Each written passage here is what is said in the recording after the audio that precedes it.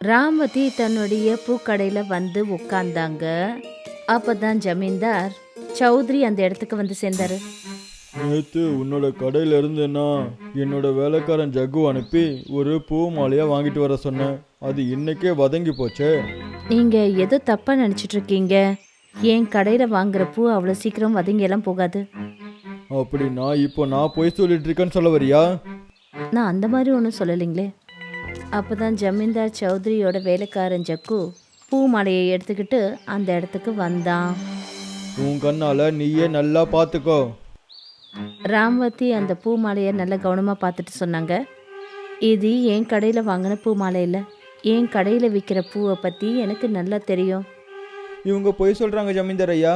நான் இவங்களோட கடையில இருந்து தான் பூ மாலையா வாங்கிட்டு வந்தேன். பார்க்குறல்ல ராமவதி, நீ ஜனங்களுக்கு கெட்டு போன பூவை விற்று விற்று நிறைய பணம் சம்பாதிச்சிட்டு இருக்கியா? ஆனால் உன்னால் நிறைய நாளைக்கு இப்படி பண்ண முடியாது. இப்படி சொல்லிட்டு ஜமீன்தார் சௌத்ரி தன்னோட வேலைக்காரன் ஜக்குவை கூட்டிக்கிட்டு அந்த இடத்த விட்டு போனாரு. ஜமீன்தார் சௌத்ரி தன்னுடைய மாளிகைக்குள்ள போனாரு. அப்பதான் அவருடைய அண்ணன் பொண்ணு ரித்திகா ஜமீன்தார் சௌத்ரி கிட்ட வந்து என்ன சொன்னான்னா, என்னாச்சு சித்தப்பா, பிரச்சனை தீர்ந்துச்சா?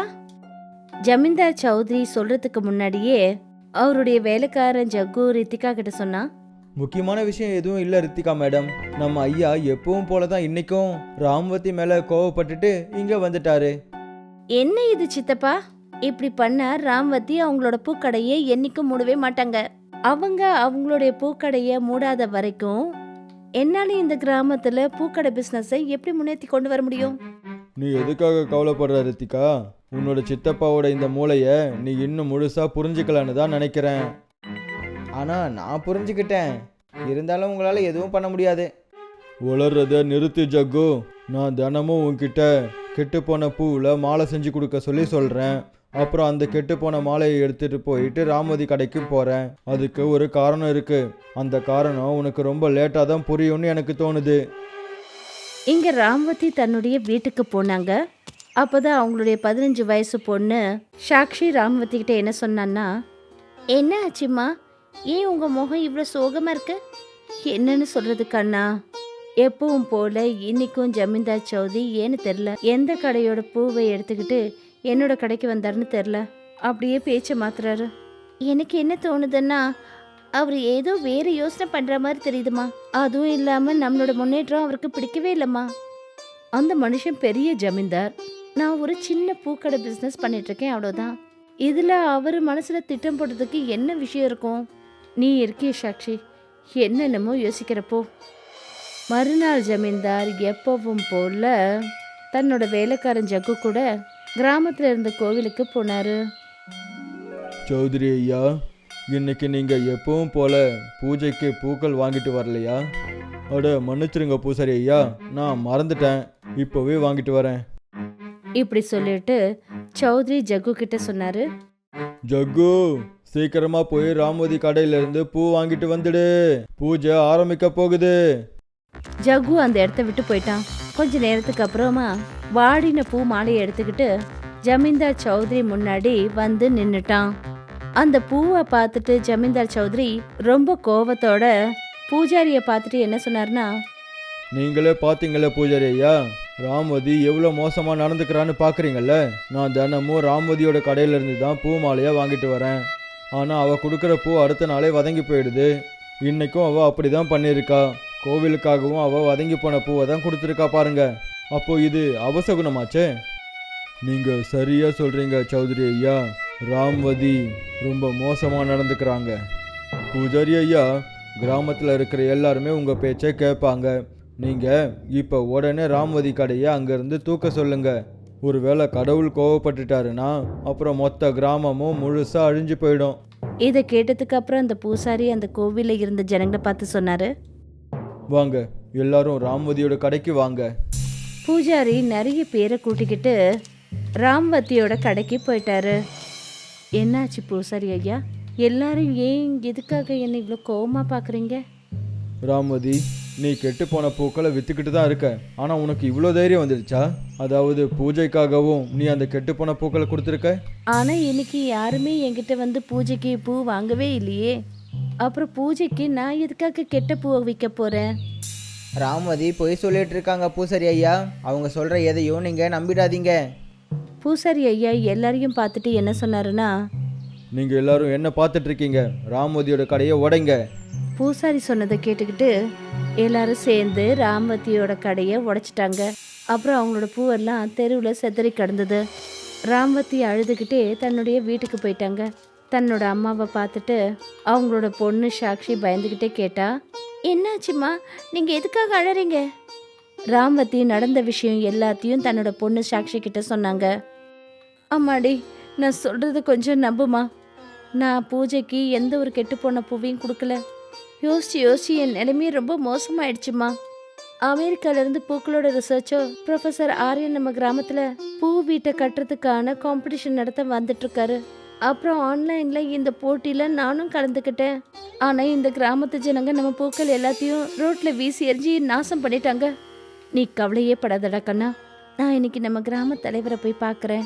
அவங்களுடைய தோட்டத்தில் நிறைய வெவ்வேறு நேரத்தில் பூக்கள் பூத்துட்ருக்கு. ராமவதி நேராக தலைவரோட வீட்டுக்கு போனாங்க. நீ எதுக்காக இங்கே வந்திருக்க ராமவதி? தலைவர் ஐயா, உங்களுக்கே தெரியும் கிராமத்து ஜனங்க எவ்வளோ மோசமாக என்கிட்ட நடந்துக்கிட்டாங்கன்னு. எதுவாக இருந்தாலும் தெளிவாக சொல்லு ராமவதி. விஷயம் என்னன்னா தலைவர் ஐயா, என்னோட பொண்ணு சாக்ஷி பூக்களில் வீடு கட்டுறதுக்கான காம்படிஷனில் கலந்துக்கிட்டு இருக்கா. அப்புறம் நீ என்ன நினைக்கிற? நான் என் தோட்டத்தில் இருக்கிற வண்ணமயமான பூக்களை உனக்கு கொடுக்கணுமா? ஒருவேளை நீ இதைத்தான் யோசிச்சு இங்கே வந்திருக்கனா, ஒழுங்கா திரும்ப போயிடு. அப்புறம் நான் மட்டும் கிடையாது, இந்த கிராமத்தில் இருக்கிற ஒரு ஆள் கூட உனக்கு பூக்களை விற்க மாட்டாங்க. ராமவதி ரொம்ப வேதனையோடு அந்த இடத்த விட்டு போனாங்க. இங்கே ரித்திகா தன்னோட சித்தப்பா ஜமீன்தார் சௌத்ரிகிட்ட என்ன சொன்னான்னா, ஐயோ சித்தப்பா, நீங்கள் உண்மையிலே ரொம்ப கலக்கிட்டீங்க. நீ பூக்கள் வியாபாரம் பண்ணுறதுக்கான வழியை நான் ரொம்பவே சுலபமாக்கிட்டேம்மா. ஆனால் நான் சொல்கிறத கவனமாக கேளு. நாளானிக்கு வெளிநாட்டில் இருந்து ப்ரொஃபஸர் ஆரியன் நம்ம கிராமத்துக்கு ஒரு நிகழ்ச்சியில் பங்கேற்க வராரு. அந்த போட்டியில் பூக்களால் வீடை உருவாக்கணும். நீயும் அந்த போட்டியில் கலந்துக்கோ. நீ ஜெயிச்சிடுவேன்னு எனக்கு நம்பிக்கை இருக்கு. அதுக்கப்புறமா உன்னோட வியாபாரம் ஓடாது, அது அப்படியே பறக்கும். சித்தப்பா, ஆன்லைனில் அந்த காம்படிஷனில் நான் ஏற்கனவே கலந்துக்கிட்டேன். இங்கே அவங்க அம்மா சோகமான நிலைமையில் இருக்கிறத பார்த்துட்டு சாக்ஷிக்கு எல்லாம் புரிஞ்சு போச்சு. மறுநாள் சாக்ஷி அழுதுட்டு இருந்ததை பார்த்துட்டு அவளோட அம்மா சொன்னாங்க, அழாத கண்ணா, அந்த கடவுளை நம்ப. ராமவதியோட இந்த வார்த்தையை கேட்டுட்டு சாக்ஷி திடீர்னு கோவிலுக்குள்ளே போனா. கோவிலில் அந்த சமயம் யாருமே கிடையாது. சாக்ஷி அந்த கடவுள் சிலையை பார்த்துட்டு அழுதுகிட்டே என்ன சொன்னான்னா, தெய்வமே, நாளைக்கு ப்ரொஃபஸர் ஆரியன் இங்கே வர போகிறாரு. என்னை இந்த அவமானத்துலேருந்து காப்பாத்துங்க. அப்போ தான் பின்னாடி இருந்தவ தோளில் யாரோ கை வச்சாங்க. சாக்ஷி திரும்பி பார்த்தா. அங்கே ஒரு அழகான பெண் கையில் ஒரு அழகான பூவை வச்சுக்கிட்டு நின்றுட்டு இருந்தா. அந்த அழகான பெண் சாக்ஷி கையில் பூவை கொடுத்தாங்க. அம்மாடி, இந்த பூவை உன் வீட்டு வாசலில் வெய்யு. அதுக்கப்புறம் இதோட அதிசயம் என்னன்னு பாரு. இப்படி சொல்லிட்டு அந்த அழகான பெண் அங்கேருந்து போயிட்டாங்க. சாக்ஷியோட கையில் அந்த அழகான பூவை பார்த்துட்டு ராமவதி அவகிட்ட சொன்னாங்க, சாக்ஷி, உன் கையில் இருக்கிற இந்த அழகான பூ எதுமா? சாக்ஷி நடந்த விஷயம் எல்லாத்தையும் தன்னோட அம்மா கிட்ட சொன்னா. இந்த பூவை ஏன் நீ வீட்டுக்கு வெளியில் வச்சுட்டு வரக்கூடாது? ஏம்மா, அந்த பொண்ணு சொன்னதை நீங்கள் நம்புறீங்களாம்மா? அம்மாடி, மோசமான சூழ்நிலை எல்லா இடத்துலையும் நம்மளை சூழ்ந்துருச்சுன்னா அப்போ இந்த மாதிரி ஒரு அற்புதத்து மேலே தான் நமக்கு நம்பிக்கை பிறக்கும். தன்னோட அம்மா சொன்னதை கேட்டுட்டு சாக்ஷி வெளியில் புல் தரைக்கிட்ட போய் அந்த பூவை வச்சுட்டு வந்தா. அப்புறமா தூங்கிட்டா. மறுநாள் சாக்ஷி தூங்கி எழுந்த உடனே நம்பவே முடியாத அளவுக்கு வெளியில் நடந்த நிகழ்வை பார்த்தா. அவள் பார்த்தபோது வெளியில் அந்த புல் தரையில் பூக்களால் ஒரு அழகான மாளிகை கட்டப்பட்டிருந்தது. சாக்ஷி அவளோட அம்மாவை கூட்டிக்கிட்டு உடனே வெளியே வந்தா. இங்க பாருங்கம்மா, இது பூக்களால கட்டப்பட்ட ஒரு அழகான மாளிகை. வாங்கம்மா, உள்ள போய் என்னன்னு பாப்போம். ராமவதியும் சாக்ஷியும் அந்த மாளிகைக்குள்ள போனாங்க. அந்த மாளிகைக்குள்ள இருந்த ஒவ்வொரு பொருளும் பூக்களால செய்யப்பட்டிருந்தது. இங்க ப்ரொஃபசர் ஆரியன் கிராமத்துக்குள்ள காலடி எடுத்து வச்சிட்டாரு. அவரு போட்டியின் அடிப்படையில ரித்திகா பூக்களால செஞ்ச வீட்டை பார்த்துட்டு அவர் என்ன சொன்னார்னா, நீ பூக்களால் ரொம்பவே அழகான வீடை உருவாக்கி இருக்க ரித்திகா. திடீர்னு ப்ரொஃபஸருக்கு ஒரு விஷயம் ஞாபகம் வந்தது. அப்புறம் அவர் ஜமீன்தார் சௌத்ரியை பார்த்துட்டு என்ன சொன்னாருன்னா, இன்னொரு பொண்ணும் ஆன்லைனில் ஃபார்ம் போட்டிருந்தா, அந்த பொண்ணு எங்க ஆளையே காணுமே. அவளோட பேரு ஞாபகம் வந்துடுச்சு, அவளோட பேரு சாக்ஷி. அட, நீங்க யாரோட பேரை சொல்லியிருக்கீங்க? அவ பயந்து போய் இங்க வரவே இல்லைன்னு நினைக்கிறேன். இது எனக்கு நடந்த அவமானம். நான் அவளோட வீட்டுக்கு போகணும்னு நினைக்கிறேன்.